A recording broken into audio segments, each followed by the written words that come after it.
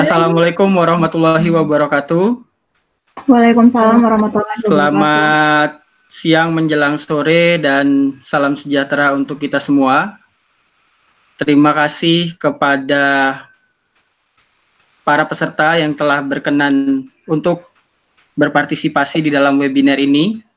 Dan terima kasih juga kepada para pembicara yang telah berkenan meluangkan waktunya untuk menyampaikan pengalamannya memperoleh beasiswa dan kuliah di luar negeri. Pada sesi webinar ini diselenggarakan oleh Mata Garuda Jawa Tengah. Ini adalah organisasi perkumpulan alumni penerima beasiswa LPDP regional Jawa Tengah, begitu. Nah, seiring dengan momen seperti ini di tengah pandemi COVID-19, MG Jawa Tengah berinisiatif untuk menyelenggarakan series webinar. Harapannya bisa sharing mengenai beasiswa dan di sisi lain juga untuk kegiatan sosial. Jadi di setiap webinar itu dibuka donasi. Di situ teman-teman atau Mas dan Mbak bisa lihat, bisa donasi melalui rekening BRI atas nama Nurul Aini. Beliau adalah Bendahara Mata Garuda Jawa Tengah. Nantinya donasi itu akan diberikan di berbagai wilayah di Jawa Tengah. Kemarin webinar yang terakhir itu diberikan di salah satu kabupaten di Jawa Tengah melalui perwakilan MG Jawa Tengah, gitu. Diberikan dalam bentuk sembako. Jadi menyesuaikan dengan kebutuhan lokal, apakah butuhnya beras, gula, tepung, dan sebagainya. Jadi silahkan bagi yang berkenan meluangkan sebagian rezekinya untuk memberikan donasi, begitu. Nah, kita akan membagi sesi webinar ini menjadi 5. Yang pertama, pembukaan oleh saya moderator. Perkenalkan, saya Abi Pratiwa Siregar. Kemudian yang kedua itu adalah penyampaian materi dari para pembicara. Kemudian sesi ketiga menjawab pertanyaan di Google Form. Karena total pertanyaan itu ada 36, itu telah disortir menjadi 6 pertanyaan yang relatif sama, begitu dikumpulkan. Kemudian sesi ketiga tanya jawab. Jadi bagi yang memiliki pertanyaan, namun pada sesi sebelumnya itu kok merasa pertanyaan saya tidak difasilitasi, begitu, silakan masuk ke sesi tanya jawab tersebut. Setelah itu adalah sesi keempat, closing statement dari masing-masing pembicara. Dan sesi kelima adalah penutup. Nah, pembicara kita ini termasuk panutan saya, begitu ya, karena keduanya adalah, kalau dilihat dari angkatan itu junior, begitu. Namun saat ini jam terbangnya sudah lebih senior. Yang pertama adalah Rosalia Natalia Saleki. Beliau adalah peserta student exchange di Yamagata University Jepang tahun 2014. Kemudian karena mungkin sejak student exchange itu banyak kesan di Yamagata University, kemudian melanjutkan studi S2 di sana. Lah kok ternyata studi S2 itu membuat hatinya terpincut kembali untuk melanjutkan S3 di Jepang dengan menggunakan beasiswa Monbu Ka Gakusho. Kemudian pembicara kedua itu adalah Lumer Satriani Daily. Beliau adalah peserta student exchange di Kochi University Jepang tahun 2016. Kemudian di tahun berikutnya 2017 hingga 2018 sebagai research student di Yamagata University, dan kemarin tahun 2019 menerima beasiswa LPDP batch 2 tahun 2019 kampus tujuan WUR Wageningen University and Research Belanda. Baik, tanpa berpanjang lebar lagi, kita akan memberikan waktu kepada pembicara pertama 10-15 menit untuk menyampaikan presentasinya.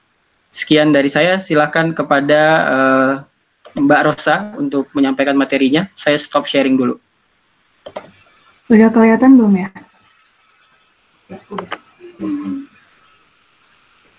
Sudah. Mungkin bisa di full screen, Ros. Iya. Udah bisa kelihatan? Sudah. Oke, udah bisa saya mulai ya Bang Abi? Iya. Oke, Assalamualaikum warahmatullahi wabarakatuh. Selamat siang, teman-teman semua. Salam kenal. Semoga saya doakan, semoga teman-teman selalu dalam keadaan sehat dan tetap semangat di tengah masa pandemi ini. Nah, saya ingin ucapkan terima kasih banyak sebelumnya karena teman-teman sudah bersedia menyediakan waktunya untuk bergabung dalam acara webinar pada hari ini. Nah, jadi seperti yang sudah teman-teman ketahui, pada hari ini saya ingin sedikit berbagi pengalaman terkait perjalanan saya dalam mendapatkan beasiswa Max, khususnya U2U, di Yamagata University. Nah, tentunya pengalaman saya ini pasti akan berbeda dengan orang lain.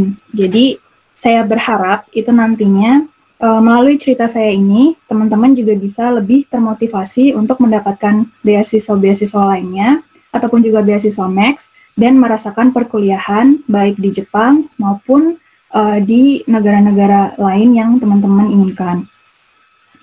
Oke, pertama-tama saya ingin memperkenalkan diri saya lagi. Jadi salam kenal semuanya, nama saya Rosalia Natalia Seleki, biasa saya dipanggil Rosa atau Ocha. Dan saat ini saya sedang menempuh program studi S3, jadi saya merupakan salah satu kandidat PhD di United Graduate Agriculture Science di Iwate University, Jepang. Nah, kemudian saya memilih riset penelitian di Laboratorium Ekonomi Pertanian Universitas Yamagata. Jadi sekedar informasi bahwa saya sudah menerima beasiswa Max itu sejak tahun 2016, hingga nanti sampai tahun 2022. Oke, langsung aja. Pertama-tama saya ingin memperkenalkan dulu apa itu beasiswa Max. Mungkin teman-teman ada yang sudah paham dan sudah tahu tentang Monbuka Gakusha atau Max, atau mungkin ada juga yang masih asing dengan beasiswa ini, masih baru pertama kali dengar misalnya. Nah, jadi beasiswa Max itu sendiri apa? Max itu merupakan program beasiswa yang ditawarkan dari pemerintah Jepang. Nah, ini merupakan beasiswa full atau beasiswa penuh yang meliputi antara lain tiket pesawat PP, kemudian biaya kuliah, kemudian juga biaya untuk hidup di Jepang, dan lain-lain. Nah, ada beberapa macam program dari beasiswa Max itu sendiri yang di slide ini saya klasifikasikan menjadi 3 grup. Nah, untuk grup yang kedua dan ketiga ini, teman-teman bisa langsung cari tahu secara lebih detail informasinya di grup kedua, di website yang sudah saya tulis di dalam kotak merah. Karena hari ini saya ingin fokus bercerita tentang beasiswa Max Research Student untuk khususnya yang U2U. Jadi, begini, sebenarnya untuk beasiswa Max yang Research Student itu ada 2 sistem, ada G2G sama U2U. Nah, G2G itu apa sih? G2G itu singkatan dari Government to Government. Nah, jadi di sini proses seleksinya atau tahap seleksinya itu teman-teman harus daftar dulu ke Kedutaan Besar Jepang yang ada di Indonesia, dan bisa daftar melalui website Kedutaan Besar Jepang, atau secara lebih detail informasinya itu teman-teman bisa langsung lihat kapan pendaftarannya dibuka, apa aja syarat-syaratnya, itu bisa langsung dilihat di website Kedutaan Jepang yang ada di dalam kotak merah itu. Nah, untuk beasiswa U2U, kalau U2U itu apa? U2U itu singkatan dari University to University. Mungkin teman-teman ada yang udah dapat handout-nya juga sebelumnya dikirim lewat email, bisa dilihat di situ juga.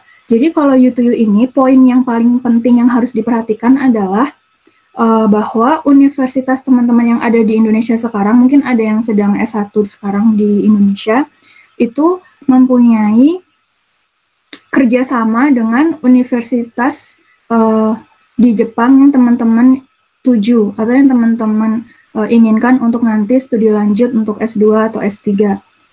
Nah, kemudian nanti untuk tahap yang U2U biasanya secara umum itu kita harus menghubungi profesor terlebih dahulu. Nah, nanti setelah menghubungi profesor, itu biasanya proses seleksi, terus persyaratan administrasi, terus deadline pendaftaran, itu ditentukan oleh universitas yang teman-teman tuju. Jadi, setiap universitas itu mereka punya peraturannya sendiri-sendiri. Nah, ini sedikit saya ingin menceritakan perjalanan saya dalam memperoleh beasiswa Monbu Kagakusho Max U2U. Jadi bisa teman-teman lihat di dalam slide presentasi ini. Secara singkat saja, tadi juga sudah disebutkan oleh Bang Abi, tahun 2014 saya mendapatkan kesempatan untuk mengikuti program pertukaran pelajar di Universitas Yamagata. Nah, di situ adalah titik di mana pandangan saya itu ke depannya itu mulai berubah. Jadi awalnya itu ketika saya kuliah itu saya ingin nanti kalau misalnya lulus S1 mau langsung daftar kerja, mau lanjut kerja gitu. Nah, tapi setelah saya ikut program pertukaran pelajar, bertemu dengan berbagai mahasiswa asing juga, itu terbukalah pikiran saya di situ. Nah, oh ya, jadi saya mengikuti program pertukaran pelajar di Universitas Yamagata itu selama 10 hari, dan ini merupakan kegiatan yang non-akademis, bukan yang akademis. Dalam artian di sini adalah pertukaran budaya.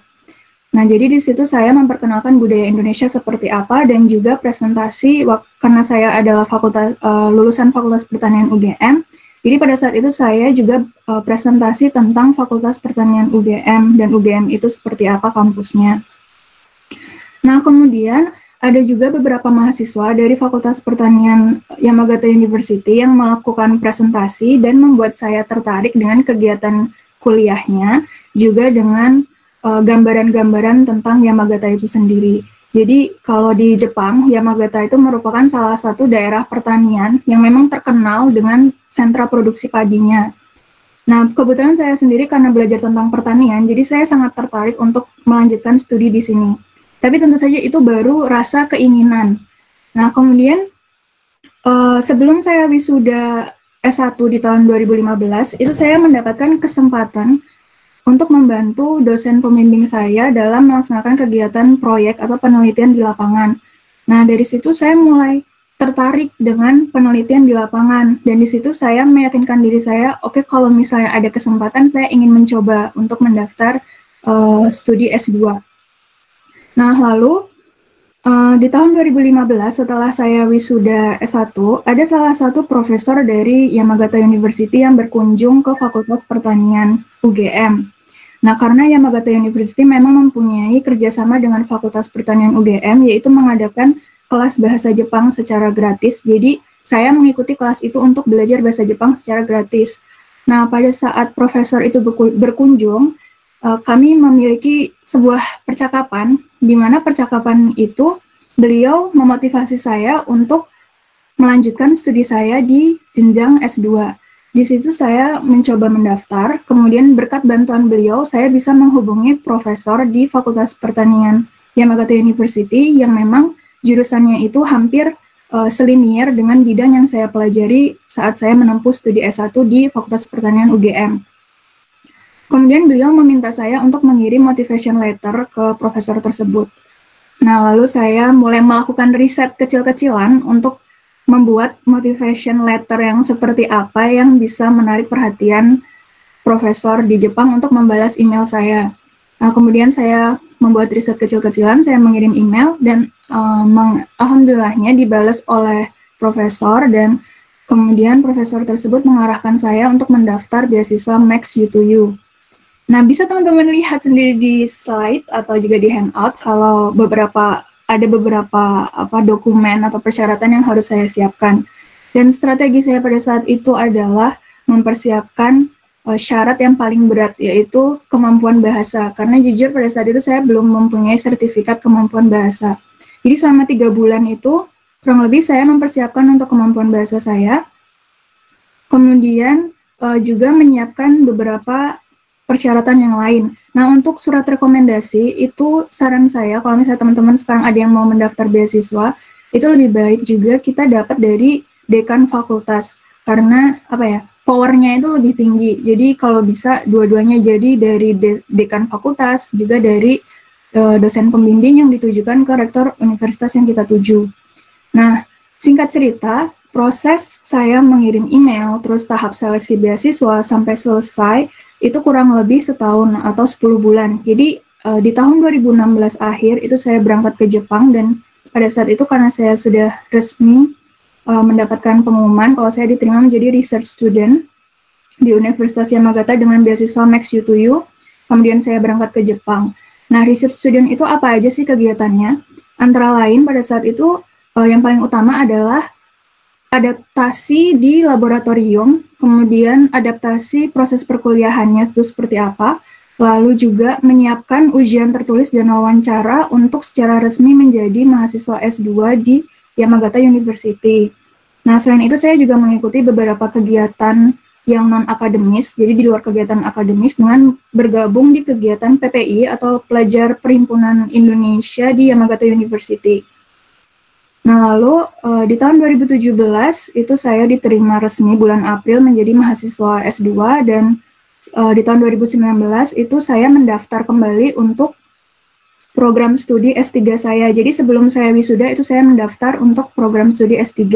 Nah, di situ saya juga mendaftar beasiswa Max karena profesor saya mengarahkan untuk mendaftar Max U2U kembali. Nah, syaratnya itu tidak terlalu sulit karena sebelumnya saya sudah pernah mendapatkan Max U2U dan karena ini pun masih di Jepang dan juga masih mendaftar yang apa ya istilahnya masih satu universitas, jadi yang didaftarkan, yang syarat-syarat yang untuk mendaftar itu antara lain formulir pendaftaran Max, proposal penelitian, dan juga PowerPoint untuk ujian S3. Nah, terus tahun 2019 bulan April, saya resmi diterima menjadi mahasiswa S3 di UGAS Iwate University. Nah, teman-teman bisa lihat di slide kalau biaya tunjangan hidup saya itu mulai dari research student sampai S3 itu berbeda ya. Jadi kalau research student 143.000 yen per bulan, terus S2-nya 144.000 yen per bulan. Jadi beda jenjang itu naik 1.000 yen per bulannya. Nah, ini sedikit saya ingin memperlihatkan gambaran proses kuliah saya selama saya menjadi master student dan juga sekarang menjadi PhD student. Jadi intinya di sini adalah kegiatannya itu yang paling utama itu penelitian karena memang seperti program beasiswanya sendiri ini berbasis penelitian. Jadi kegiatan saya itu lebih di penelitian lapangan. Bisa teman-teman lihat sendiri di gambar-gambar yang udah saya juga lampirkan. Nah, selain kegiatan penelitian, saya juga diwajibkan untuk berpartisipasi dalam beberapa konferensi di Jepang, bisa menjadi juga oral presentator. Nah, kemudian untuk memperoleh Master of Agriculture itu, saya harus menempuh ujian tesis, presentasi poster, kemudian wisuda. Nah, di masa tahun pertama saya menjadi mahasiswa S3, itu pun tidak jauh berbeda ketika saya menjadi mahasiswa S2, yaitu dengan melakukan kegiatan-kegiatan penelitian dan juga berpartisipasi dalam beberapa konferensi di Jepang. Nah, ini sebelum saya menutup presentasi saya, itu saya ada sedikit ungkapan yang saya selalu ingat sampai sekarang dan juga menjadi pengingat saya kembali. Jadi selama saya kuliah dulu S1 di Fakultas Pertanian, itu kan saya mengikuti pelajaran mata kuliah kimia. Nah, salah satu dosen dari FMIPA ketika beliau mengampu mata kuliah kimia, beliau selalu menuliskan ungkapan dari beberapa filsuf ternama di dunia, yaitu cogito ergo sum dan credo ergo sum. Saya kurang begitu tahu gimana cara pronounce-nya, tapi intinya cogito ergo sum itu artinya aku berpikir maka aku ada, dan credo ergo sum itu artinya aku percaya maka aku ada. Nah, jadi di sini saya ingin mengingatkan kembali juga ke teman-teman dan juga ke saya sendiri kalau kita itu harus berpikir karena Tuhan itu kan menciptakan manusia dengan tingkat berpikir yang lebih daripada makhluk-makhluk lainnya. Jadi jangan pernah berhenti berpikir dan selalu percaya kalau kita itu bisa, apalagi di titik yang misalnya di titik yang sudah desperate atau putus asa, kita tetap harus bangkit dan percaya kalau kita bisa. Saya yang tadinya bukan apa-apa bisa sampai sini, teman-teman pun pasti bisa lebih dari saya. Terima kasih, sekian dari saya. Kalau misalnya nanti ada pertanyaan, teman-teman bisa langsung juga hubungi saya di Facebook, email, ataupun Instagram yang udah saya tulis di slide ini. Terima kasih, arigatou gozaimasu. Thank you. Saya serahkan ke pembicara kedua, Lulu. Silakan. Silakan, Lulu. Baik. terima kasih untuk waktunya. Saat ini saya akan sharingkan tentang pengalaman saya sendiri mendapatkan beasiswa LPDP tahun 2019, tepatnya tahun lalu, pada batch kedua. Nah, teman-teman, sebelumnya saya ingin bercerita sedikit tentang latar belakang saya selama 4 tahun ke belakang ini. Jadi, nama saya terlebih dahulu sudah disebutkan oleh moderator tadi, saya Lumer Satriani Daily, biasa dipanggil Lulu. Pada tahun 2016 saya mengikuti pertukaran pelajar di Kochi University. Mungkin teman-teman sudah familiar, terutama yang di UGM namanya Suiji SLP. Kemudian tahun kedepannya saya ikut pertukaran pelajar 1 tahun di Yamagata University sampai tahun 2018, kemudian saya lulus. Nah, setelah itu saya lanjut bekerja pada tahun 2019, tepatnya saya bekerja di salah satu perusahaan sawit yang berpusat di Jakarta selama 1 tahun juga, kurang lebih sedikit.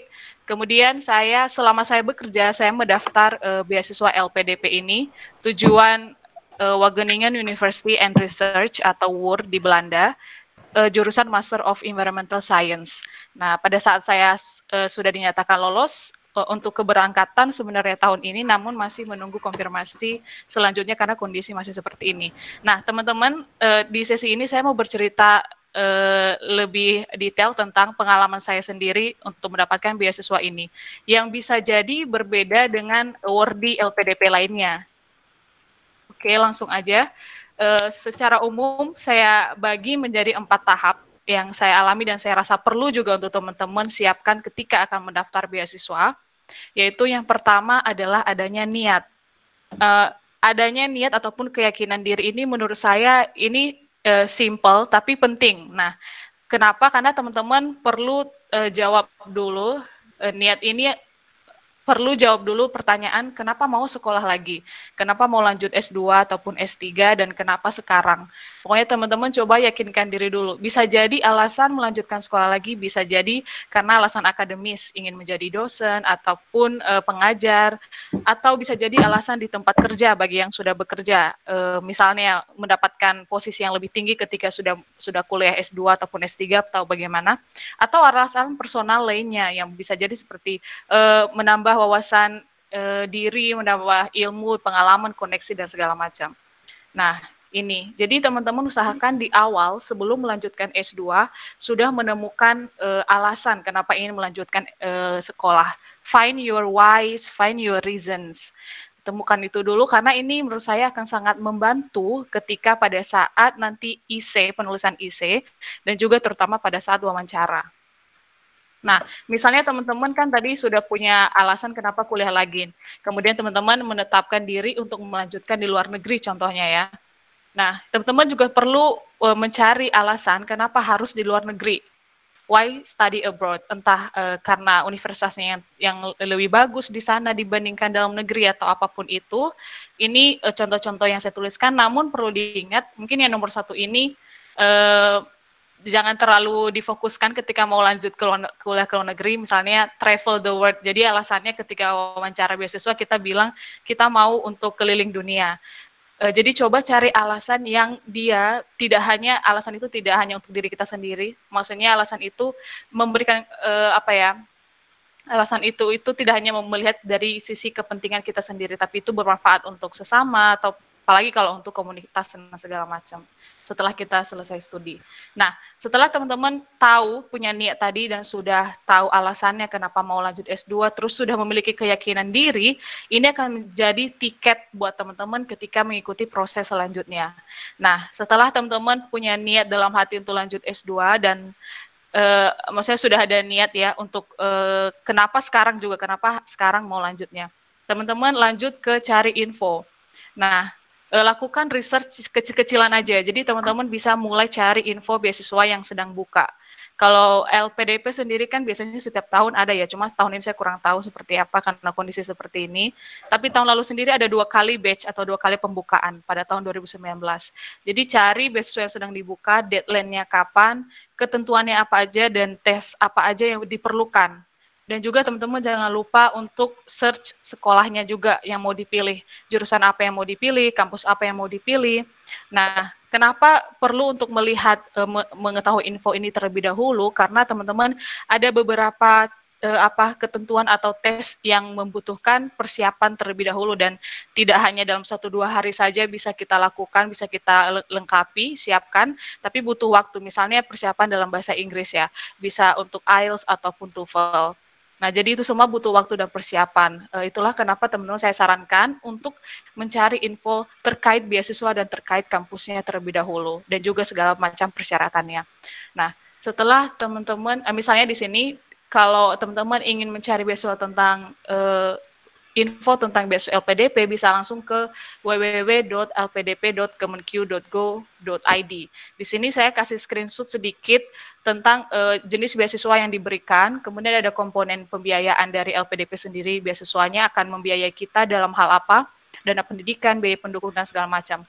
Nah, teman-teman bisa dapat info yang jauh lebih lengkap di sini. Jadi silakan dibaca terlebih dahulu tentang beasiswa ini ya teman-teman. Nah, setelah teman-teman mencari info terkait beasiswa dan kampus, kemudian yang tidak kalah penting menurut saya adalah membuat perencanaan ataupun planning. Karena kan tadi kita tahu ada beberapa beberapa persyaratan yang tidak bisa dikerjakan cepat atau tidak bisa dilengkapi dalam waktu sangat singkat. Jadi teman-teman perlu tahu itu terlebih dahulu dan melakukan perencanaan untuk misalnya belajar IELTS ataupun TOEFL ataupun yang lain-lain. Kemudian bisa juga untuk coba buat essay untuk beasiswa. Kalau LPDP kemarin meminta 2 jenis essay, yaitu rencana studi dan proposal studi. Nah, bisa dibikin planningnya sedetail mungkin, misal berapa lama belajar IELTS-nya, contohnya 1 bulan, 2 bulan, ataupun ya 1 minggu bisa jadi, biar ini menjadi memberikan kita membuat kita lebih bisa memanage diri kita sendiri dan waktu. Masalah waktu ini juga penting. Nah, setelah teman-teman sudah mendapatkan requirements tadi, silahkan daftar dan ikuti prosesnya. Ikuti tahapan seleksinya yang akan saya sharingkan tahapan saya sendiri setelah ini. Kemudian sembari menunggu tahapannya, bisa tetaplah termotivasi teman-teman, bersabar, enjoy the process and keep praying.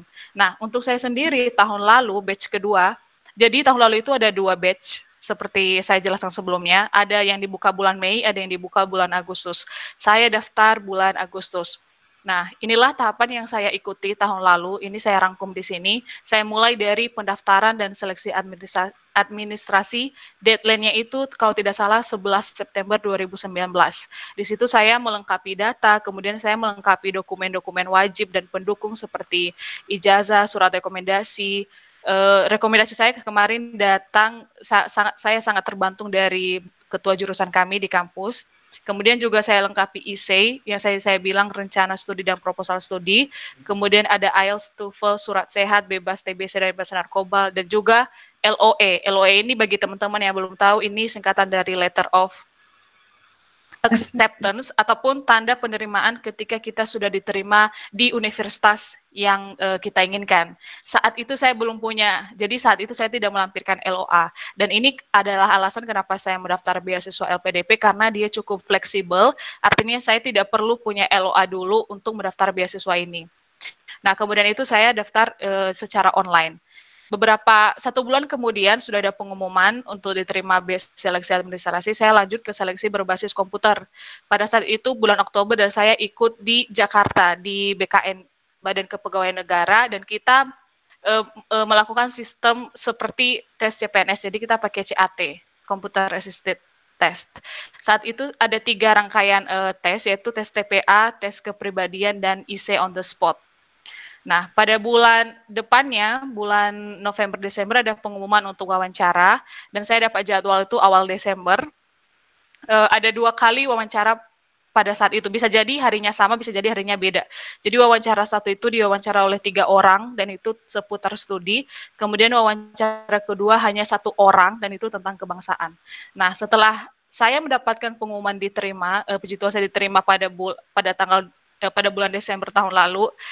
Batch kedua ini, pengumumannya kalau saya tidak salah tanggal 20 Desember. Selanjutnya akan ada persiapan keberangkatan dari LPDP, dan mulai studi sendiri akan diberangkatkan ke negara yang bersangkutan. Nah, itulah sekian teman-teman dari tahapan LPDP ini. Kalau teman-teman siapa tahu ada yang mau daftar, bisa lihat-lihat kan tentang tahapan ini, dan sudah ada gambaran. where are you now? Tahapannya sekarang sudah ada, teman-teman sudah ada di tahapan yang keberapa. Nah, jika ada pertanyaan lebih lanjut, bisa kontak saya lewat email, Facebook, dan Instagram. Demikian teman-teman, terima kasih banyak. Selamat sore. Ya, selamat sore juga Lulu. Terima kasih kepada Lulu dan juga Rosa. Jadi memang panitia men-set agar materi presentasinya jangan terlalu komprehensif, agar nanti sesi tanya jawab bisa berlangsung aktif begitu ya. Jadi ini sudah dipilihkan 6 pertanyaan. Saya akan screen sharing untuk pertanyaannya. Jadi bagi yang merasa bahwa pertanyaannya belum diakomodir di dalam 6 pertanyaan ini, itu bisa untuk ketik di kolom chat begitu. Apakah suara saya terdengar?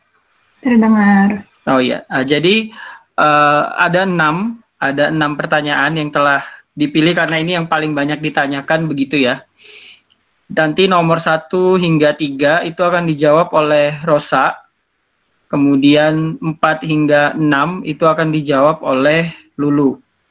Nah, bagi yang merasa saya punya pertanyaan dan pertanyaan saya itu juga tidak kalah penting untuk dijawab.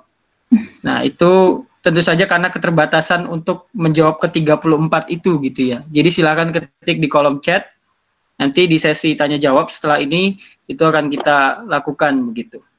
Jadi silakan kepada Rosa untuk menjawab mana dulu dari 3 itu. Kemudian nanti Lulu 4 hingga 6. Monggo. Oke. Terima kasih banyak Bang Abi, terima kasih banyak Lulu atas presentasinya. Nah, ini saya mau mencoba menjawab pertanyaan nomor 1. Mohon tips cara belajar di jenjang S2 ketika ilmu basisnya S1 sudah lupa banyak atau basisnya itu lemah. Jadi gini, menurut pengalaman saya pribadi, itu memang tadi saya sempat bilang kalau jurusan S1, program studi saya selama S1 dengan S2 itu memang hampir selinier, hampir sama. Tapi sebenarnya saya itu harus belajar lagi teori-teorinya karena teorinya itu cukup lumayan beda gitu dengan apa yang saya pelajari selama S1. Jadi, ilmu yang saya dapat selama S1 tuh tentang agribisnis, tapi ketika S2 itu saya harus belajar lagi tentang farm business management atau manajemen bisnis pertanian, di mana itu benar-benar hal yang sangat baru bagi saya. Nah, jadi di sini saya ingin menekankan, kalau kita itu sebagai mahasiswa S2 ataupun S3, apalagi ketika kita memilih untuk kuliah di luar negeri, itu mindset kita dari awal adalah kita harus belajar secara mandiri. Karena di sini, terutama ya, kalau misalnya di Jepang, saya kurang tahu kalau di Eropa itu seperti apa, tapi kalau di Jepang, itu hampir semua sistemnya itu berbasis penelitian, di mana kita itu harus belajar teori itu secara mandiri. Jadi kita harus rajin membaca buku, harus rajin mencari tahu informasi. Makanya menurut saya itu bukanlah suatu masalah besar ketika ilmu basisnya S1 itu kita sudah banyak lupa atau basisnya itu lemah. Karena apa? Karena di S2 itu kita tuh akan mendapatkan ilmu yang baru lagi di mana kita tuh harus mencari tahu sendiri, harus belajar secara mandiri. Kurang lebihnya itu seperti itu. Nah, untuk pertanyaan nomor 2. Tips untuk beasiswa S3, tahapnya seperti apa dan isi wawancaranya bagaimana untuk yang bukan lanjutan max dan research. Iya, jadi sebenarnya saya juga sempat tanya ke beberapa senpai, maksudnya ke beberapa senior saya sebelumnya. Kalau misalnya ada teman saya yang ingin lanjut S3 di sini, tapi dia bukan dari mahasiswa sini, dalam artian S2-nya itu juga bukan dari sini, katakanlah dari Indonesia. Itu sebenarnya bisa, tapi tahapannya dan wawancaranya itu mungkin akan agak sedikit berbeda, terutama di bagian persyaratan dan dokumennya, karena teman-teman harus pertama yaitu tadi, kalau misalnya Max U2U, itu harus menghubungi profesornya terlebih dahulu kan. Jadi sebelum kita memilih profesor, itu kita harus udah istilahnya kepo atau cari tahu tentang laboratoriumnya. Jadi apakah laboratoriumnya itu jurusan atau materi-materinya nanti itu sebidang dengan ilmu yang pernah kita pelajari selama S1 ataupun S2. Nah, kemudian kita hubungi profesornya. Nah, lalu setelah itu, profesor akan membantu kita untuk menyelesaikan tahap-tahap dalam mendaftar beasiswa Max. Nah, tahapnya tadi tuh kurang lebih itu hampir sama kayak sewaktu saya mendaftar S2, karena kan saya S1-nya bukan dari Jepang, tapi dari Indonesia. Nah, itu kurang lebih itu sama. Kemudian, isi wawancaranya itu seperti, katakanlah kalau secara umum, itu pasti akan ada pertanyaan tentang penelitian yang sudah pernah kalian lakukan atau apa yang sudah pernah kalian lakukan selama masa studi S2. Kemudian karena kan di sini tips untuk beasiswa S3 ya yang ditanyakan, berarti apa yang sudah pernah kalian lakukan selama S2. Kemudian apa rencana kalian selama S3, jadi kalian harus siap dalam menjawab pertanyaan tahun pertama S3 itu kalian akan berbuat apa, tahun kedua S3 itu planning kalian seperti apa, tahun ketiga itu akan seperti apa. Nah, setelah itu nanti ke depannya, setelah wisuda S3 itu, apa yang akan kalian lakukan setelah S3 selesai, seperti itu. Terus, selain itu saya juga mendapat pertanyaan seperti, ingin jadi apa nanti setelah S3? Itu sih pertanyaan terakhir sewaktu saya wawancara ketika saya ujian S3.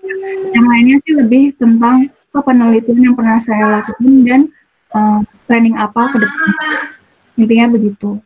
Lalu untuk pertanyaan nomor 3, satu hal yang nampaknya masih jarang dibahas dalam persiapan meraih beasiswa dan kuliah di luar negeri adalah tentang persiapan mental.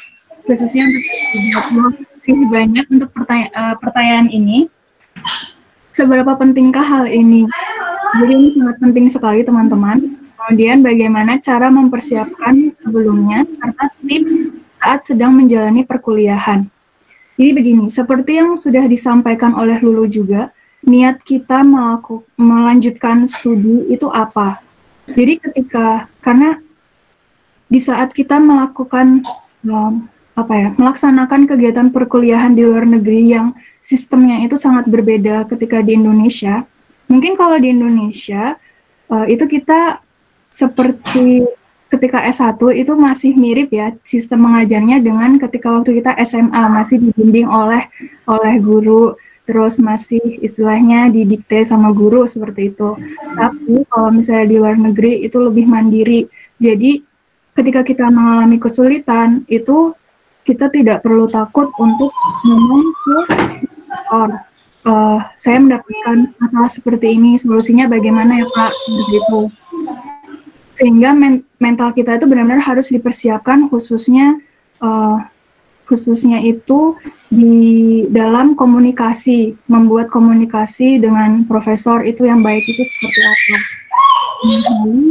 Juga jangan lupa tujuan kita atau goal kita dalam melanjutkan studi S3 itu tuh apa, supaya ketika kita berada di titik yang kita dalam keadaan yang istilahnya putus asa atau seperti itu dengan adanya ingatan kalau tujuan kita adalah ini, kita otomatis kita akan termotivasi kembali untuk bangkit lagi dan untuk belajar lagi.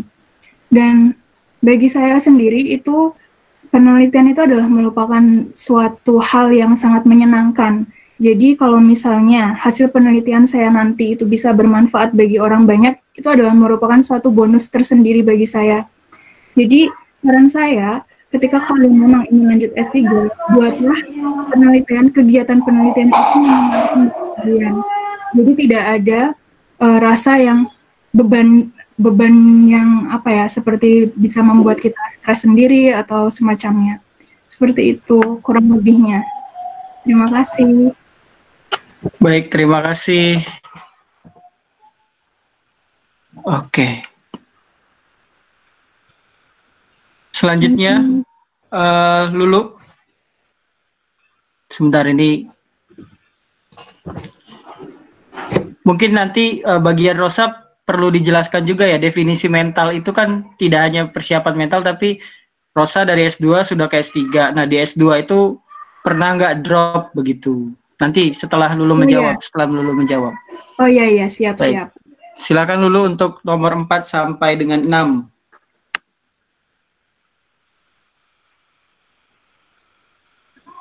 Halo Lulu. Halo Lulu. Oke, lo, Oh, sorry, di mute ya? biar nggak mengganggu tadi yang pembicara sebelumnya. Monggo. Ya, terima kasih teman-teman untuk pertanyaan yang diajukan dan kita harap juga tadi presentasi yang kita sampaikan dan juga pertanyaan teman-teman bisa terjawab tepat ya. Sebisa nanti masih kurang bisa ditanyakan lagi. Nah, untuk pertanyaan nomor 4 ini, cara berbagi waktu untuk mengurus beasiswa dan belajar. Ini menurut saya sangat relevan buat teman-teman yang masih sedang kerja, namun sulit gitu, namun kepikiran untuk melanjutkan S2. Nah, karena ini yang saya alami juga ketika persis tahun lalu, ketika saya sedang sibuk-sibuknya kerja, sering dinas juga pada waktu itu, tapi niat saya untuk lanjut S2 itu tidak pernah hilang selama itu, pokoknya setelah lulus S1 sampai saya kerja, itu tidak pernah hilang niat saya untuk melanjutkan S2. Nah, apa yang penting menurut saya adalah niat tadi teman-teman. Jadi ketika kita punya niat dan kita cari info seperti tahapan yang tadi saya buat, kita harus membuat perencanaan. I know it's hard, apalagi kalau teman-teman misalnya kerja dari pagi sampai, saya sendiri sampai jam 6 sore, kadang-kadang pulang jam 7, jadi cuma bisa menyempatkan seperti kayak 1 jam setiap hari untuk mengupdate entah itu info kampusnya, jurusannya, ataupun melihat tentang persyaratan beasiswanya. Nah, pokoknya pada saat weekend juga saya memanfaatkan waktu itu untuk membuat IC ataupun belajar pada saat akan seleksi komputer tadi, seleksi TPA dan segala macam. Nah, ini tuh tergantung dari teman-teman tadi, makanya saya bilang kenapa perencanaan itu sangat penting. Tadi kan niat ini yang mendorong kita untuk terus mau mendaftar dan mengikuti tahapannya.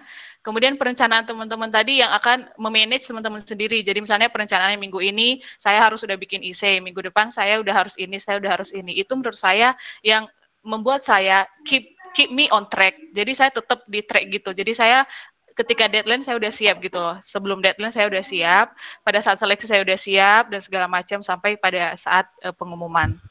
Menurut saya. Jadi harus ada usaha dari teman-teman sendiri. Memang kita tahu ya, apalagi pada saat udah capek kerja, energi kita udah habis, terkuras, kemudian waktu kita juga banyak habis dalam pekerjaan, tapi ya itu tadi, ketika ada kemauan sih pasti ada jalan ya. Maksudnya kita pasti tahu bisa membagi waktu lebih baik lagi juga. Nah, pertanyaan yang kelima ini adalah, apa saja yang harus dipersiapkan dari sekarang agar bisa mendapat beasiswa dan kuliah di luar negeri? Ini tadi sebenarnya sudah terangkum di presentasi yang saya presentasikan sebelumnya. Terkait persiapan ini, yaitu ada beberapa hal, yaitu daftar beasiswanya, kemudian kampus dan jurusannya juga ditentukan teman-teman, dan penuhi setiap persyaratannya, seperti itu. Suara Ayla lucu banget. Oh, ini maaf, moderatornya work from home, jadi suara anaknya kedengaran ini ya. Nggak hiburan, Bang. Nggak apa-apa, Bang Abi. Intermezzo.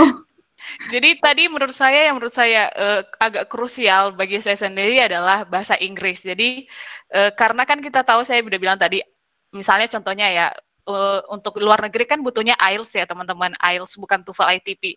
Yang artinya kan itu tidak hanya membutuhkan waktu yang lama untuk persiapan, tapi juga biaya yang tidak sedikit. Jadi teman-teman dari sejak ketika ada niat untuk daftar beberapa bulan sebelumnya, terutama di bahasa Inggris ini tuh disiapkan dulu. Apalagi yang mungkin masih kurang dan segala macam. Tapi pasti bisa kok, pasti bisa. Apalagi saya lihat juga persyaratan yang di kampusnya juga tidak terlalu tinggi kok di semua kampus. Jadi itu ya teman-teman, selain tadi dari persiapan dokumen-dokumen tadi yang saya udah presentasikan. Nah, kemudian yang terakhir, bagaimana cara membuat IC dan motivation letter yang kreatif. Oke, ini IC berarti untuk beasiswa kan, dan motivation letter untuk pendaftaran di kampus. Oke, jadi seperti saya jelasin tadi, IC dari LPDP sendiri itu tahun lalu mereka meminta ada 2 esai, yaitu rencana studi dan proposal studi. Ini saya langsung buka, jadi saat itu di proposal studi diminta adalah kita menjelaskan tentang alasan atau latar belakang kenapa kita lanjut. Ini tadi kenapa saya tanyakan ketika di sesi niat tadi adalah buatlah teman-teman yakinkan diri dulu dan temukan alasan dulu kenapa mau lanjut. Karena memang ini perlu kita isi di esai.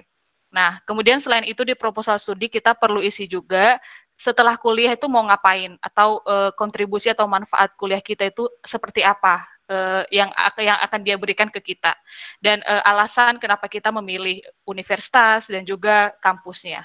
Itu di proposal studi, di esai proposal studi. Nah, satu lagi esai itu tentang rencana studi. Di situ kita deskripsikan tentang rencana kuliah kita, SKS-nya per semester berapa dan apa aja. Kemudian kalau bisa sudah ada topik tesis kita yang akan mau kita lakukan ketika S2 nanti. Kemudian aktivitas akademik dan non-akademik yang mau kita ikuti. Nah, untuk tips dari saya sebenarnya adalah tidak perlu yang kreatif-kreatif amat, tapi jujurlah dengan esai teman-teman, karena ini akan menjadi tiket, tadi saya bilang juga pada saat wawancara, jujurlah dengan pengisian esai, to the point, dan kalau bisa 1 lembar aja, atau maksimal 2 lembar lah setiap esainya. Jujur aja, esai saya juga biasa-biasa aja, tidak secanggih esai-esai yang lain. Yang penting just be yourself, teman-teman, untuk esai. Nah, untuk motivation letter tadi, ini kan dibutuhkan untuk universitas pendaftaran di luar negeri. Itu juga sangat singkat, saya bikin cuma 1 lembar halaman, dan itu juga sebenarnya adalah rangkuman dari esai saya yang saya bikin ke LPDP tadi. Nah, jadi sebenarnya itu saling berkaitan untuk motivation letter saya dan esai saya ke LPDP, begitu. Terima kasih teman-teman. Baik, terima kasih Lulu. Nah, di sini udah ada 2 pertanyaan. Yang pertama, bagaimana ceritanya Lulu diterima di WUR? Tes masuknya melalui jalur apa? Itu oleh Mbak Laurentia. Kemudian yang kedua dari Mbak Konita. Saya ingin bertanya, Kak, aspek apa yang paling dilihat dari pemberi beasiswa S2? Apakah kejuaraan lebih diutamakan dari pengalaman organisasi? Dan juga saya ingin tahu kakak-kakak saat studi S1 lebih aktif mengikuti kejuaraan atau lebih aktif organisasi. Nah, ini pertanyaan yang pertama itu untuk Lulu, yang kedua nanti dijawab oleh Rosa dan Lulu. Namun sebelum ini dijawab di sesi ketiga ini, tadi balik ke pertanyaan ketiga yang dari G-Form, mental gitu. Jadi mungkin saya sebagai moderator juga penasaran karena kuliah di luar negeri itu bedanya apa sih dengan di dalam negeri, dan menurut saya pribadi tuh pasti ada bedanya karena di luar negeri pertama adalah bahasanya juga. Kalau di sini kita mau beli makan ya sudah kita tinggal bilang Bu pesen. Kalau di luar negeri kan pasti beda gitu. Nah, mental ini seperti apa gitu? Drop bagaimana cara mengatasinya karena Rosa sudah S2 dan kemudian S3 itu indikasi bahwa berhasil mengatasi itu gitu. Silakan dijawab, Ros. Iya, terima kasih banyak Bang Abi. Terima kasih juga teman-teman atas pertanyaannya. Jadi sedikit saya ingin cerita pengalaman saya di sini. Masih ada waktu kan ya kita, Bang Abi? Masih sampai ini nanti bisa to the point, kemudian nanti masuk ke sesi tanya jawab. Oke. Nah, jadi sedikit cerita aja. Waktu S2 tentunya pasti ada up and downs-nya ya. Jadi ada titik di mana saya kayak rasanya tuh memang udahlah pengen nyerah aja kayak gitu. Itu ada. Jadi begini, dosen khususnya ya untuk jurusan sosial ekonomi pertanian itu profesor di sini mereka lebih suka ketika mahasiswanya dari luar itu melakukan kegiatan penelitian di lapangan. Nah, jadi kita harus, contohnya saya harus pulang ke Indonesia untuk melakukan riset. Jadi saya itu harus wawancara langsung dengan petani, kemudian nanti saya harus mengolah data, kemudian menganalisis, dan kemudian membuat laporan untuk profesor. Nah, di tahun pertama saya S2, itu saya sempat mengalami kegagalan, di mana saya harus mengganti tema penelitian saya karena hasil yang kurang memuaskan bagi profesor. Jadi pada saat itu, saya sempat takut sih, kayak, aduh nanti ini saya bisa lulus nggak ya? Kok saya tiba-tiba disuruh ganti tema? Nah, saya itu di situ sempat kayak was-was, sempat kayak gundah gulana, sempat stres, kadang juga nangis sendiri, aduh ini harus gimana, karena apa? Karena kalau misalnya kita di Indonesia, itu kita masih punya kayak kakak angkatan gitu kan, yang setidaknya nanti kita bisa bertanya, kemudian nanti mereka membantu, dan juga bahasanya tadi kan gampang ya pakai bahasa Indonesia. Tapi di sini, di dalam lab saya sendiri, itu saya orang Indonesia sendiri, dan yang lainnya itu dari luar negeri dan kebanyakan dari Jepang, di mana otomatis ketika saya berkomunikasi di kampus itu hanya menggunakan bahasa Inggris ataupun bahasa Jepang, di mana bahasa Jepang pun masih sangat terbatas. Nah, di situ saya mau nggak mau, yaitu tadi menguatkan diri saya, tujuan saya itu untuk lulus itu apa, tujuan saya untuk studi S2 itu apa, kemudian ketika saya mengalami kegagalan itu, kemudian saya pun seperti bertanya gitu ke anak-anak mahasiswa Jepang, apakah di sini itu memang sudah hal yang bisa dikatakan itu biasa untuk mengganti tema penelitian, dan mereka pun bilang, oh tidak apa-apa kalau misalnya harus memang ganti tema penelitian itu, karena itu tuh memang untuk yang terbaik ke depannya nanti, karena kita bisa dikatakan, maksudnya saya sendiri waktu itu kayak apa ya, menjudge diri saya ini tuh seorang yang gagal, tapi orang lain dan juga profesor itu melihat bahwa oke, kita sudah belajar, kamu sudah ke lapangan, ternyata hasilnya kurang memuaskan, di mana di situ kita sudah mendapatkan suatu ilmu, suatu pelajaran, suatu hasil, bahwa ternyata hasilnya seperti itu, sehingga otomatis ini kurang bagus kalau misalnya kita publikasikan ke banyak orang, bagaimana kalau kita mengganti tema penelitian seperti itu. Dan pada saat itu saya hanya mempunyai waktu 1 tahun ketika mengganti tema, jadi saya benar-benar mengulangi lagi dari nol, dan alhamdulillahnya profesor saya juga membantu saya, jadi itu tadi saya istilahnya yang tadi awalnya saya merasa sendiri, merasa susah, tapi ketika kita berani untuk meminta bantuan kepada profesor, untuk berkomunikasi juga dengan teman-teman yang lain, jadi otomatis pasti ada jalan bagaimana untuk menyelesaikannya. Dan juga jangan pernah takut untuk komunikasi dengan orang asing. Maksudnya kalau misalnya nanti ketika kalian ada yang sudah keterima di lab dan kalian orang Indonesia sendiri, jangan pernah takut untuk diskusi. Diskusilah dengan mereka, diskusilah dengan profesor. Pasti ada jalan. Jadi apa ya, bagi saya itu sih pelajaran mental yang saya dapatkan. Jadi harus tetap bisa berjuang, harus tetap ingat tujuan awal itu apa. Terus yakin dan percaya kalau pasti bisa, kayak gitu. Apakah sudah menjawab? Baik, nanti bagi yang masih penasaran kolom chat. Kita harus masuk ke pertanyaan. Nah itu ada pertanyaan nanti, mental health apakah menjadi isu? Nah ini kita akan jawab setelah sesi tanya jawab ya. Kita masuk ke pertanyaan pertama dari Mbak Laurentia. Bagaimana ceritanya Lulu diterima di WUR? Wageningen University and Research ya, bagi barangkali saya juga baru tahu karena melihat CV-nya Lulu gitu. Silahkan Lu. Masa sih baru tahu Bang? Saya kira dulu Wageningen University of Research, ternyata and Research. And Research, oke, siap. Sebelumnya terima kasih Oip untuk pertanyaannya. Kebetulan kita juga satu kampus, satu fakultas dulu, dan kita sama-sama punya niat juga untuk lanjut S2. Nah, terkait ini itu sebelum saya daftar ke Wageningen University and Research, saya cari tahu dulu jurusan yang mau saya ambil. Jadi sebelumnya kan memang, karena kan jurusan S2 ini sangat spesifik ya, lebih spesifik dari S1. Dan kebetulan saat itu, jadi saya langsung lihat ke websitenya. Untuk master programnya itu ada tersedia apa aja langsung di website WUR-nya. Kemudian saya lihat ada sekitar 35-an program S2. Nah, di situ saya mulai searching beberapa program yang menurut saya masih bisa relevan dengan S1 saya dan niat saya juga, maksudnya untuk masa depan seperti apa yang relevan. Jadi saat itu saya memilih Environmental Science. Nah, setelah itu saya tahu jurusan yang mau saya ambil, saya mencari tahu persyaratan yang dibutuhkan untuk mendaftar di Wageningen, terutama di jurusan saya. Nah, saya lihat ada 5 persyaratan, ini saya sebutin aja ya. Ada 5 persyaratan itu, menurut saya ini persyaratannya di Wageningen cukup simple dibandingkan universitas lain menurut saya ya. Jadi yang pertama itu dibutuhkan itu ijazah tentu, certified copy artinya sudah dilegalisir ijazah, kemudian transkrip, kemudian bahasa Inggris, terkhusus untuk luar negeri, karena luar negeri ya, terutama Wageningen, yang diminta itu adalah minimum 6 untuk IELTS. Kemudian CV, saya ada CV-nya juga, saya bikin 1 halaman aja.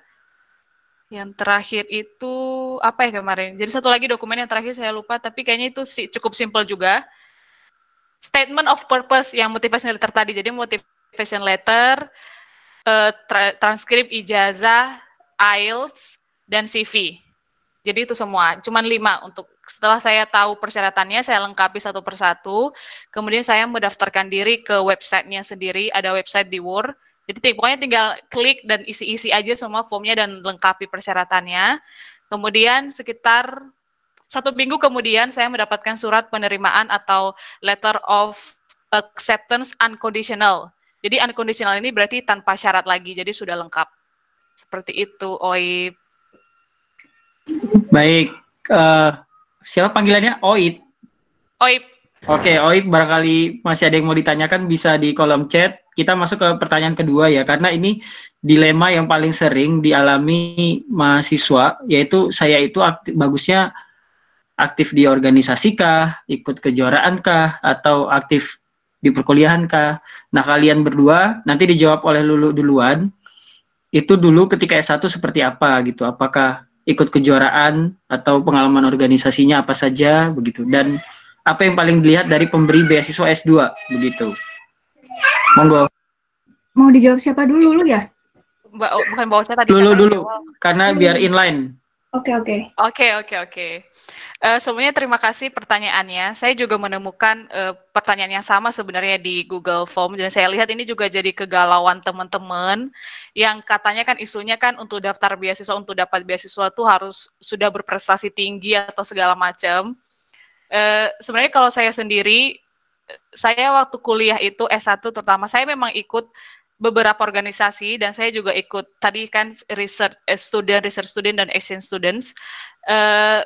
Tapi menurut saya yang penting adalah yang penting itu sesuai kapasitas teman-teman. Jadi jangan dikira karena organisasi bisa membantu atau segala macam terus teman-teman semua waktunya habis di organisasi ataupun semua waktunya habis di kepanitiaan atau kejuaraan dan segala macam. Silakan teman-teman bisa pilih beberapa yang sesuai dengan kapasitas dan kemampuan teman-teman, jangan dipaksakan gitu untuk waktunya. Nah, apa yang diperhatikan menurut saya nggak perlu berprestasi tinggi-tinggi amat untuk mendapatkan beasiswa, apalagi ini beasiswa LPDP yang dari Indonesia, pemerintah kita sendiri, yang bisa untuk kita semua. Artinya ya, kok putus-putus ya, Lu? Potong ulang. Gimana ya? Tadi saya sampai di mana ya Mas tadi jawabnya? Iya, di mana ya tadi ya? Tadi kamu menjawab, jangan maksudnya begini, kita ikut organisasi, kita ikut kejuaraan silahkan, tapi jangan hanya menumpuk di salah satu aja gitulah poinnya. Jangan organisasi terus sehingga yang lain nggak keurus. Nah, poinnya di situ tadi. Oh iya. Oke, jadi poinnya itu sebenarnya saya mau bilang itu jangan dipaksakan juga teman-teman untuk ikut semua organisasi ataupun kejuaraan. Silakan ikut beberapa saja yang sesuai dengan kapasitas teman-teman. Nah, yang mau saya bilang adalah kan biasanya isu kan untuk mendaftar beasiswa ini adalah yang dapat beasiswa adalah orang-orang yang sudah berprestasi tinggi dan segala macam. Tidak seperti itu. Jadi apalagi LPDP ini adalah beasiswa dari pemerintah kita sendiri untuk semua kalangan. Jadi kan tadi saya ada di presentasi saya tuh ada beberapa kategori beasiswa untuk teman-teman. Jadi sejatinya ini beasiswa yang bisa dijangkau semua orang. Nah, apa yang dilihat dari menurut saya dari pihak yang penting adalah kita tahu visi dari beasiswa yang mau kita daftar. Misalnya visi LPDP adalah untuk memberikan kontribusi sebanyak-banyaknya kepada masyarakat ataupun silakan nanti teman-teman baca. Nah, usahakan itu tujuan studi teman-teman adalah setelah studi nanti, setelah selesai S2, itu memberikan manfaat. Terutama apalagi kalau misalnya bisa ke komunitas kan, apalagi kalau bisa untuk ke lebih banyak orang yang membutuhkan gitu. Menurut saya itu sih, jadi sesuaikan visi teman-teman dengan visi dari beasiswa sendiri. Nah, untuk tadi berprestasi tinggi dan segala macam, menurut saya tidak perlu harus IPK-nya berapa gitu, tidak harus, yang penting sama kita memenuhi minimum persyaratan yang diminta oleh pihak beasiswa. Seperti itu. Baik, IPK 3 ya, sebagai informasi LPDP sepertinya minimal 3 ya, Lu? Iya, 3. tiga. Tiga. Beberapa malah 2,75 Mas untuk misalnya bidik misi atau 3T. afirmasi. Iya, 3T atau iya ada beberapa, ada banyak sekali soalnya beasiswa ini. Nah, jadi silakan untuk cek. Silakan Rosa untuk menjawab berdasarkan pengalaman.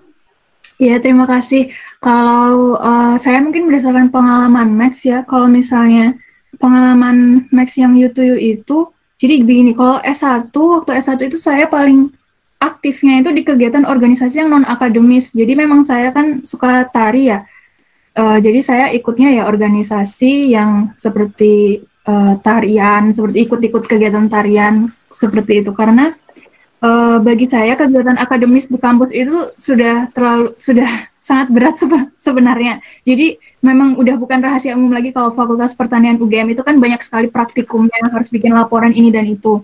Jadi di mana saya ingin ikut kegiatan di luar akademis ya, non akademis ya, misalnya seperti apa ya, nari itu tadi. Nah kemudian pada saat itu saya juga cari-cari apa ya, informasi ada nggak ya pertukaran pelajar yang cuman pertukaran budaya doang. Oh ternyata ada kayak gitu.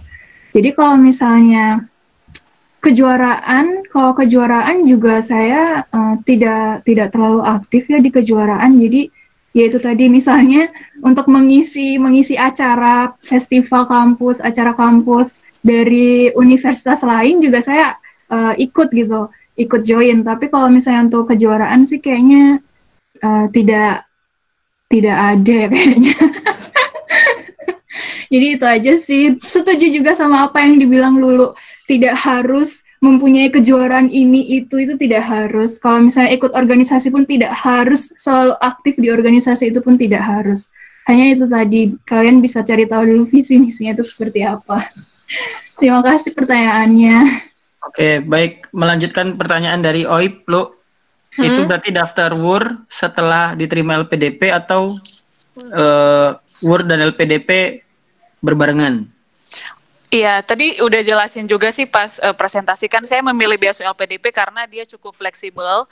Artinya saya tidak perlu mendapatkan surat penerimaan atau LOA, kita panggil Letter of Acceptance dari university untuk mendaftar beasiswa.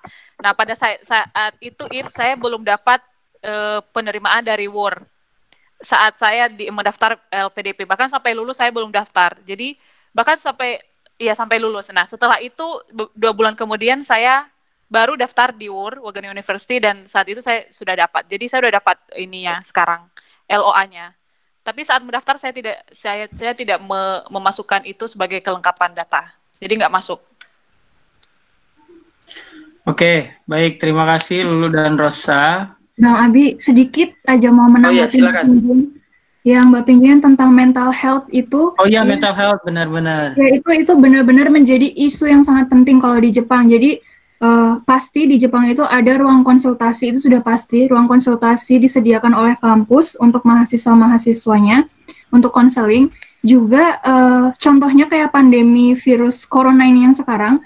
Nah, itu bahkan kampus itu mengirim email kepada setiap masing-masing mahasiswanya karena sudah disediakan website untuk bimbingan konseling. Jadi contohnya kan gara-gara masa pandemi ini kan kita lebih kayak ke work from home ya. Jadi kayak mahasiswa itu kan banyak banget yang di sini penelitiannya dengan makhluk hidup, di mana mereka harus bereksperimen, harus ke lab. Nah kalau misalnya nggak bisa eksperimen, terus nanti mereka harus gimana ngambil datanya, harus seperti apa. Nah makanya itu kampus langsung bertindak cepat membuat website di mana anak-anak mahasiswanya itu mereka bisa juga konseling bimbingan melalui website jika ada masalah dalam penelitiannya atau apapun itu yang mengganggu kesehatan mentalnya. Seperti itu. Oke, baik. Menanggapi itu, ini ada pertanyaan. Karena waktu masih ada 19 menit lagi sebelum 4.30 waktu Indonesia Barat. Yang pertama, bagaimana kehidupan sosial para pelajar saat belajar di luar negeri? Apakah orangnya lebih individualis atau lebih bersahabat? Nah, itu mungkin ini untuk Rosa begitu ya, karena yang saat ini juga sedang live dari Jepang. Kemudian yang kedua, apakah tantangan terbesar untuk memenuhi persyaratan apply beasiswa ke luar negeri? Apakah IELTS, motivation letter, atau surat rekomendasi? Dan berapa lama persiapan? Nah, ini mungkin dulu yang kedua. Jadi Rosa, monggo, sebenarnya gimana sih orang luar negeri itu begitu? apakah seramah-ramah orang Indonesia? Ini yang difokuskan berarti untuk yang orang luar negeri ya, dalam artian mahasiswa Jepangnya ya?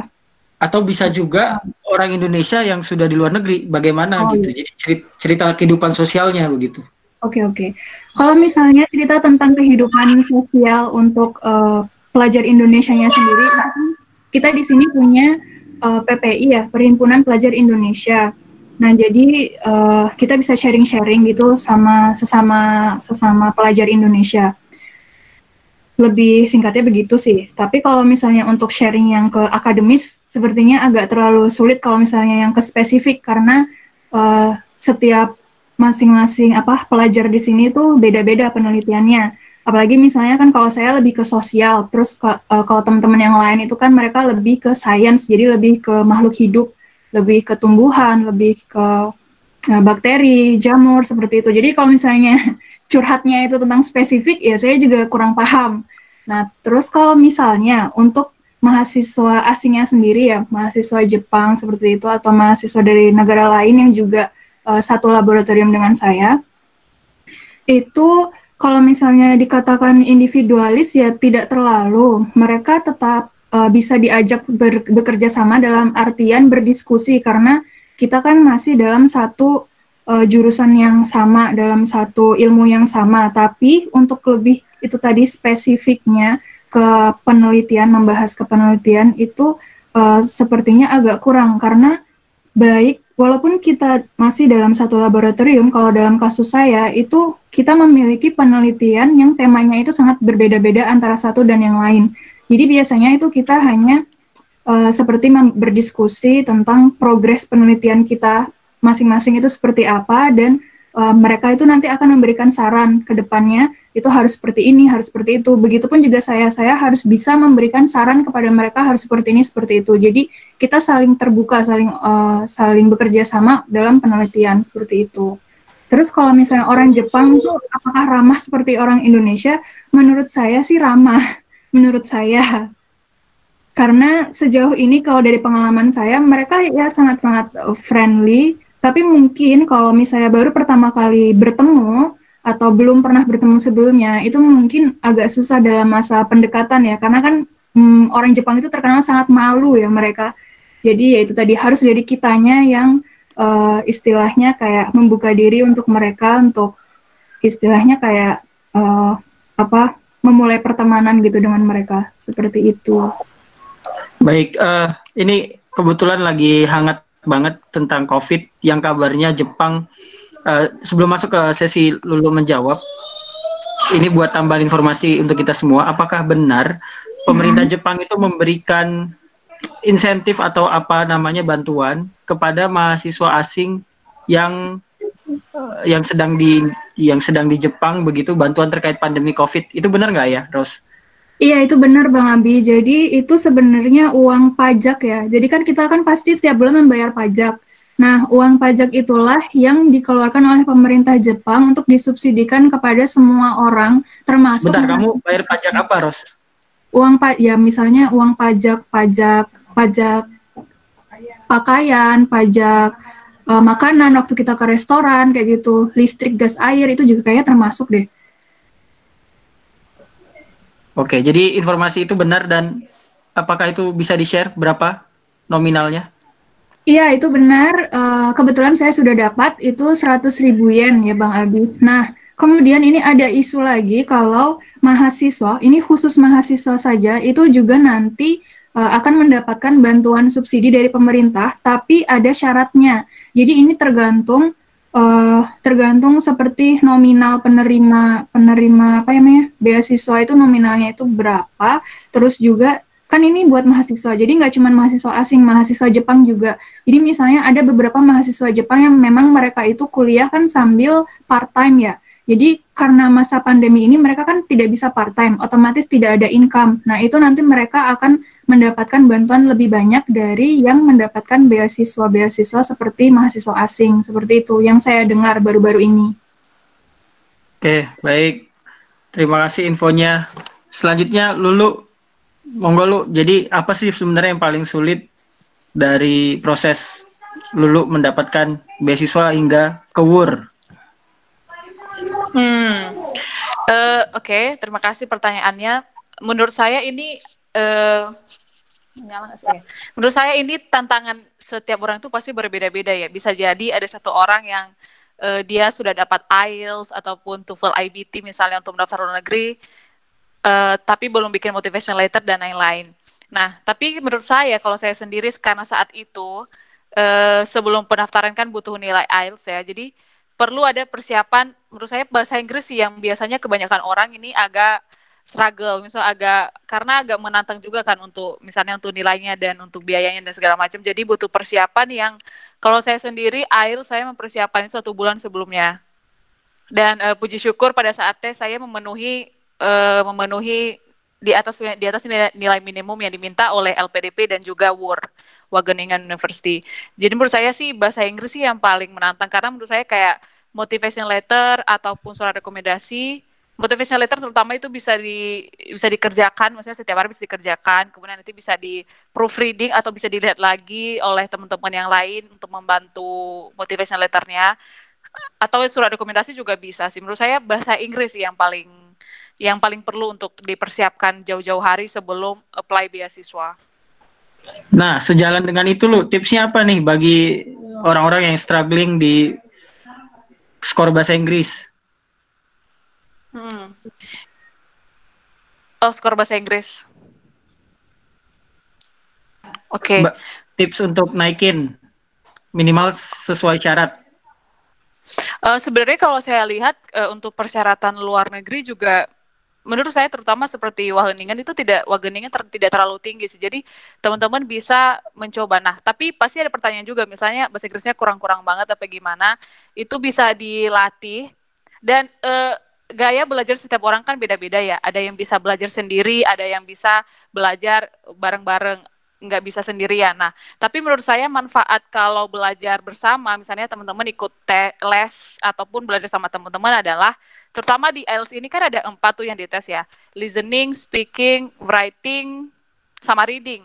Nah, untuk berbicara, speaking, dan menulis ini menurut saya sangat perlu untuk dikoreksi ataupun sangat perlu untuk mendapatkan rekanan. Jadi, saya sebenarnya lebih menyarankan untuk mengambil les juga sih, terutama les IELTS sebelum mengikuti tes ini. Tapi kalau saya sendiri, untuk teman-teman mungkin yang penasaran cara belajar otodidak, saya sendiri sebenarnya belajar sendiri. Nah, jadi itu sebenarnya kalau belajar sendiri ini yang paling penting adalah resources-nya atau sumber bukunya. Tapi kita harus bersedia, memang kayak harus ada niat sih, harus ada komitmen, terutama kalau lagi malas kan, lagi apa gitu, lagi mood gimana. Tapi tergantung dari kita sendiri sih. Tapi saya sangat menyarankan untuk ambil les sih kalau untuk IELTS gitu. Terima kasih. Baik, terima kasih. Nah, ada pertanyaan lagi. Dan ini tips juga bagi yang akan mendaftar gitu ya. Kan pewawancara itu bertanya ke kalian. Kamu kenapa kuliah S2? Dan kalian tadi sudah menjelaskan.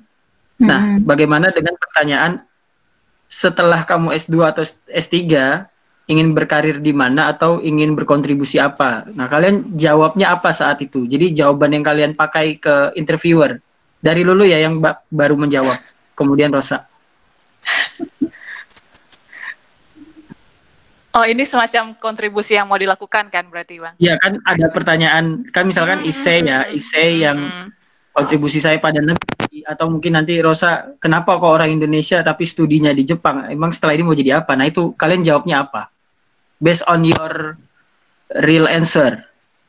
Oke, ini pokoknya teman-teman pasti punya alasan berbagai macam kan. Cuman kalau saya sendiri saat itu saya menghubungkan dengan jurusan yang saya ambil. Jadi kan saya ambil environmental science dan kebetulan itu juga berkaitan dengan research study yang saya lakukan di Jepang. Dan saya memperhatikan masalah yang di Indonesia, terutama seperti ini kebakaran lahan gambut dan segala macam masalah pollution dan segala macam, itu saya angkat sebagai alasan saya dan kontribusi yang akan saya ambil setelah saya lulus.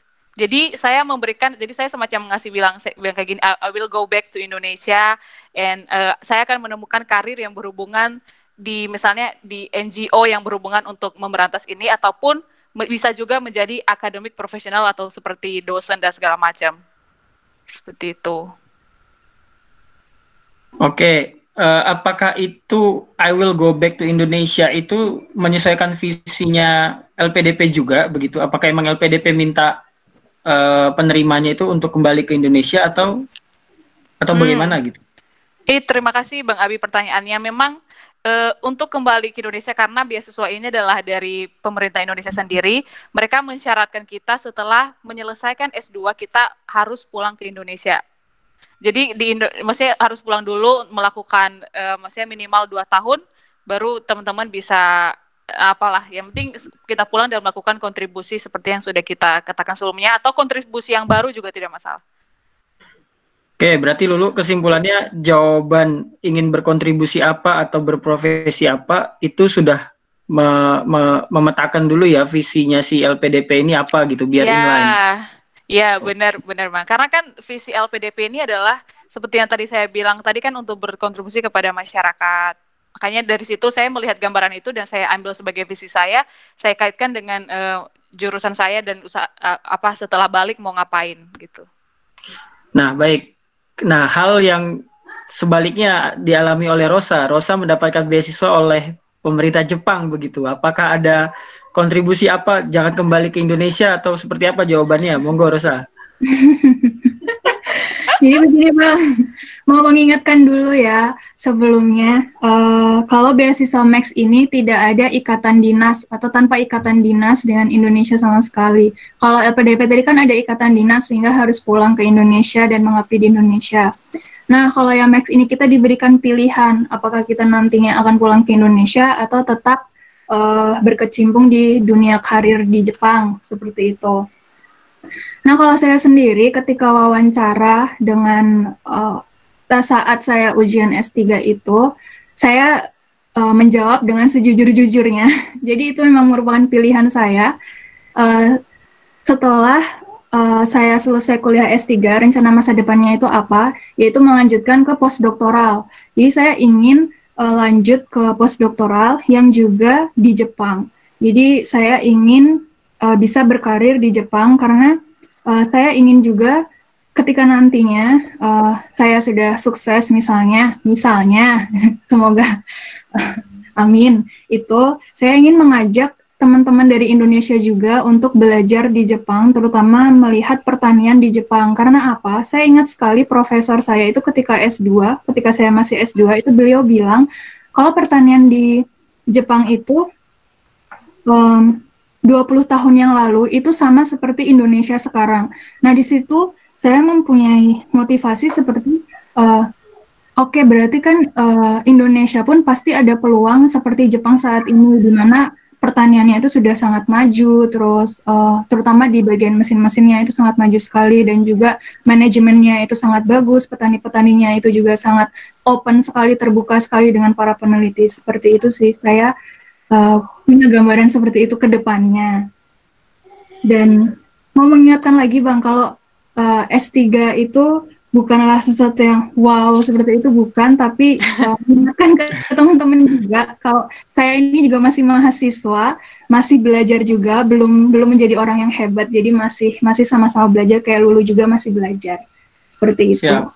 Amin. Karena cita-citanya mulia ya, ternyata ujung-ujungnya kan akan merekrut orang Indonesia ke sana gitu, kita belajar gitu. Semakin banyak kan semakin cepat nanti akselerasinya. Nah, ini seharusnya udah closing statement, tapi ada satu yang itu mengganjal dan belum dijawab di Google Form, yaitu bagaimana memperoleh supervisor. Jadi ini kasusnya saya tidak tahu, Lulu apakah sudah mencari calon supervisor di WUR? Nanti bisa dijawab ya, nanti bisa dijawab. Kemudian Rosa dulu, bagaimana tuh supervisor ketemu? Kan ada yang bilang lewat jalur email, lewat jurnal dan sebagainya. Nah, ini siapa yang mau jawab duluan? Mbak Ocha? Oh, monggo. Lewat jalur apa gitu? Kalau pengalaman saya dulu ya, saya tuh sama sekali tidak ada koneksi dengan Fakultas Pertanian di Yamagata University. Jadi yang seperti saya katakan sebelumnya melalui presentasi, kalau ada salah satu profesor yang dia itu memang mengurusi tentang international office gitu. Jadi kan tadi saya bilang ada kerjasama antara Universitas Yamagata dengan Fakultas Pertanian yang mengadakan kelas bahasa Jepang gratis, di mana saya belajar bahasa Jepang juga di situ. Kemudian dari beliaulah saya itu mendapatkan jalan untuk menghubungi profesor di Yamagata University Fakultas Pertanian. Jadi beliau bilang bahwa kirimlah abstrak skripsimu ke saya, nanti saya akan kirim ke Fakultas Pertanian supaya kita lihat apakah ada supervisor yang tertarik dengan abstrak penelitianmu. Dan ternyata ada yang tertarik, sehingga dari situ saya bisa mendapatkan kontak email dari profesor yang waktu itu berkunjung ke Indonesia. Kemudian dari situ saya menghubungi profesor yang di Fakultas Pertanian Yamagata University. Jadi saya mau menekankan bahwa komunikasi network itu juga sangat penting, walaupun kita itu masih di bidang masih di jenjang S1 seperti itu. Seperti memperluas koneksi itu sangat penting. Ya, terima kasih Rosa. Monggo Lulu, sudah ada supervisor di WUR? Oke, sebenarnya saya mengamati juga kan, karena saya udah tahu juga. Halo? Iya. Oh, kalau untuk WUR sendiri itu tidak mensyaratkan kita untuk mendapatkan supervisor.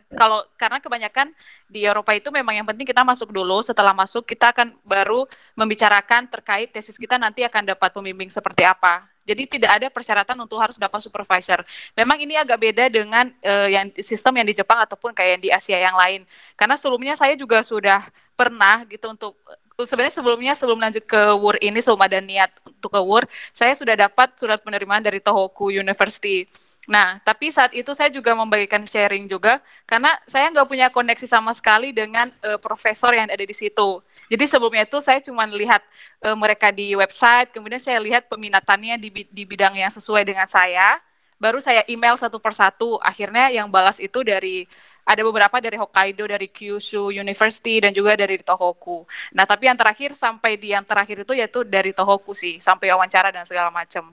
Jadi memang ada perbedaan kayak sistemnya sih, sistem untuk masuknya. Kalau di Jepang kan, karena memang kita harus dibawahi nanti kita akan menjadi research student, yang dimana kita harus diterima oleh profesornya di laboratoriumnya. Sementara kalau di Jepang, kalau di Belanda ataupun di Eropa yang lain kan tidak perlu seperti itu. Jadi memang ada perbedaan sistemnya. Oke, baik. Kurang lebih seperti pasca sarjana di Indonesia ya, kita daftar nanti pembimbingnya menyusul begitu ya? Benar, Bang. Oke, baik, kita masuk ke sesi selanjutnya, closing statement dari para pembicara. Silakan pertama Rosa, kemudian Lulu. Ya, terima kasih banyak teman-teman sudah menyediakan waktunya untuk mendengarkan sedikit pengalaman dan cerita dari saya dan juga mungkin dari Lulu nanti. Saya berharap ini nanti ke depannya cerita saya itu bisa lebih membangkitkan motivasi teman-teman untuk melakukan studi lanjut baik di jenjang S2 maupun S3 maupun nanti ada juga yang ingin, mungkin ada peserta yang masih SMA mau lanjut S1 juga bisa melalui beasiswa Max ini. Dan jangan pernah berhenti untuk berpikir, mencari informasi, dan juga harus percaya dan yakin kalau kita pasti bisa. Jangan pernah menyerah sebelum mencoba. Seperti itu. Terima kasih. Yeay. Terima kasih. Lanjut. Kalau saya sendiri, sebelumnya terima kasih banyak teman-teman semua yang sudah join di webinar ini, dan kita berharap apapun yang kita sampaikan di sini, terutama yang positif itu bisa bermanfaat buat teman-teman yang memang ada niat untuk melanjutkan beasiswa. Dan kalau ada pertanyaan, teman-teman jangan segan-segan untuk kontak saya ataupun Mbak Oce sendiri kalau untuk beasiswa Max. Dan juga saya mau bilang kalau beasiswa itu untuk kita semua, bukan untuk orang yang kaya ataupun orang yang pintar banget apa gimana, untuk kita semua, untuk semua kalangan. Yang penting kita mau berusaha, mau cari tahu, cari info, mau gitu untuk belajar, seperti itu. Jadi terima kasih banyak teman-teman yang join. Baik. Selamat sore. Baik, terima kasih kepada Lulu. Sebagai informasi kepada teman-teman, donasi masih dibuka hingga malam nanti bagi yang berkenan. Nah, ini karena kita sudah selesai, monggo berkenannya untuk mengaktifkan videonya, kita akan screenshot sebagai apa ya, kenang-kenangan di webinar ini gini. Iya. Saya akan screenshot. Oke, saya stop sharing dulu sebentar.